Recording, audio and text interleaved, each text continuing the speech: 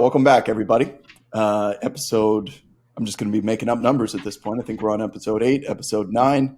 I think it's Time 9. flies. Yeah, time flies when you're having fun. You start losing track of exactly where you are. As always, we like to lead off our program. Now, last week, I did you a disservice. I read the email incorrectly, and I gave you a date that did not correlate to the video because I read the title of the email, which was old, instead of the actual date. It was your only. That's why you were confused. So it was not your fault. Thank you for not calling me out on it and making me look bad. But, I've got the correct one today, and I have not warned you, but I have told the audience that some of these are going to be very obvious Rasheed Wallace moments, and some of these are going to be the rare ones. And I think today leans on the rarer side, but it should be an obvious date in time. So for you, Rasheed, what occurred in September of 1995?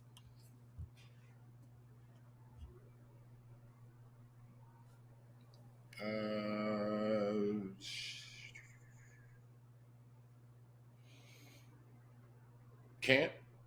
That's all. Correct. Correct. Dean, let's roll the tape. We are at Washington Wizards training camp, and there is a video of the training camp that day in which you're already jawing with Chris Webber on the floor. I think we're going to get a Juwan Howard sighting here at some point. He's taking you off the dribble like he's a vet that he is. We're also going to get a George Mirasan sighting right now. There he is. Look at that guy lumbering down the floor. This is a squad, Sheed. What was this day like? Yeah, yo.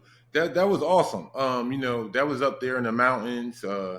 Actually, that's the first time I ever contracted athlete's foot because as a rookie, it was, I thought I can get in and out the shower real fast and, boom, bang. So I had athlete's foot, the next day later.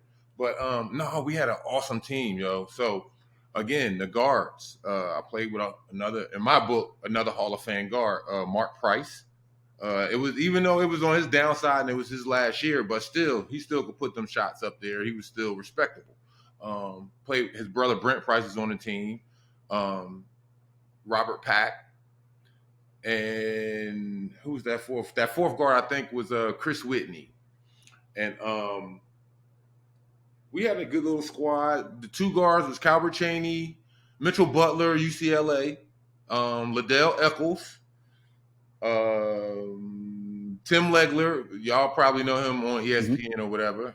Tim Legler. Let me going through this roster in my head. The bigs was myself, Juwan, Chris, George, Jim McIlvain, my guy Bob McCann. Did Chris Webber make you feel like a rookie? He seems like someone that would make you feel like a rookie. We had the Derek Coleman story last week. Did he let you have it a little bit? Like, welcome to the bigs? Goes like, okay, so this is how I went down with him. So now, again, he's older than me by like a year or two or whatever, but me watching him in that Final Four, and then playing against him a year or so later, a couple years later, it was like, I'm a fan of Webb, fan of the whole Michigan big shorts and all that shit. So we all grew up with that one, and that was cool. So I was like, all right, Webb was one of my favorite power forwards that I watched and everything when I was growing up. So now it was like, all right, I'm playing with him. So I had to do two things, right? And this is for me. I had to do two things. I said, one,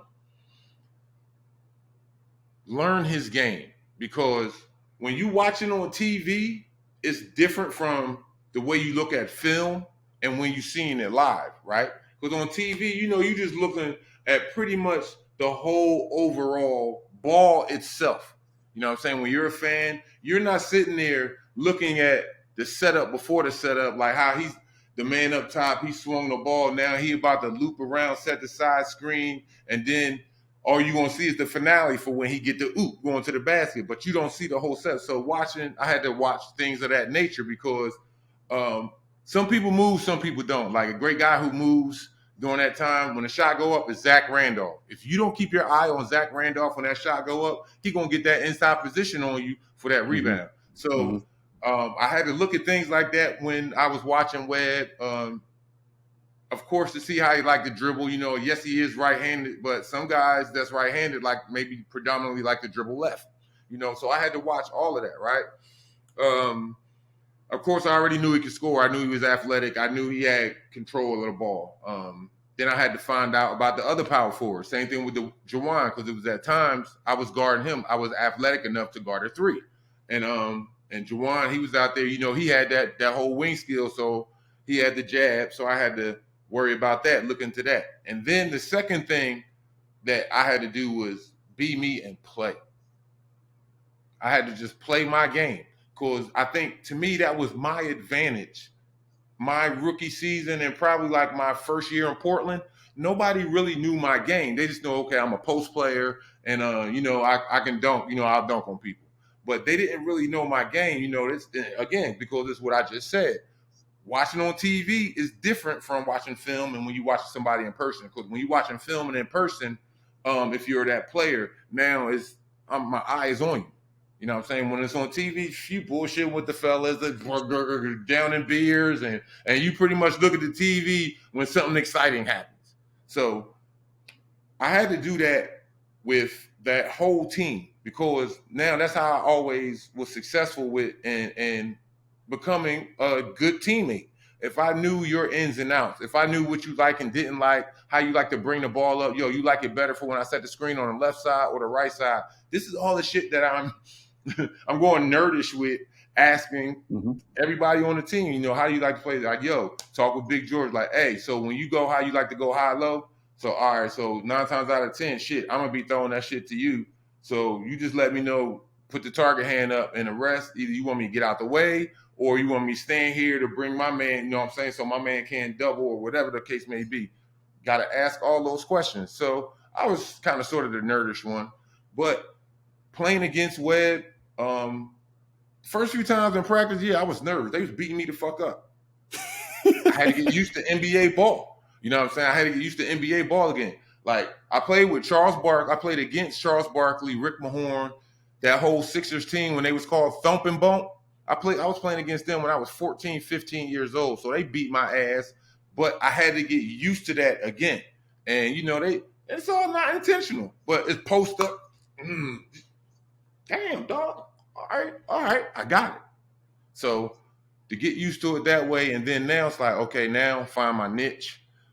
So at the time, I knew I was faster than Webb. I knew I was faster than any other big on the team. So that's what I pretty much went off on. And like, get that ball. As soon as I know we got control of that ball, if I see Webb with a rebound, because Webb was one of the few power forwards back then who snatched that rebound and brought it up. Now you see pretty much everybody damn near do that. But Webb was one of the first ones to, as a big man, to, bring that joint up, and he'll dime you, all of that. And it was a hell of an experience, bro. I tell you that, man. It was a hell of an experience.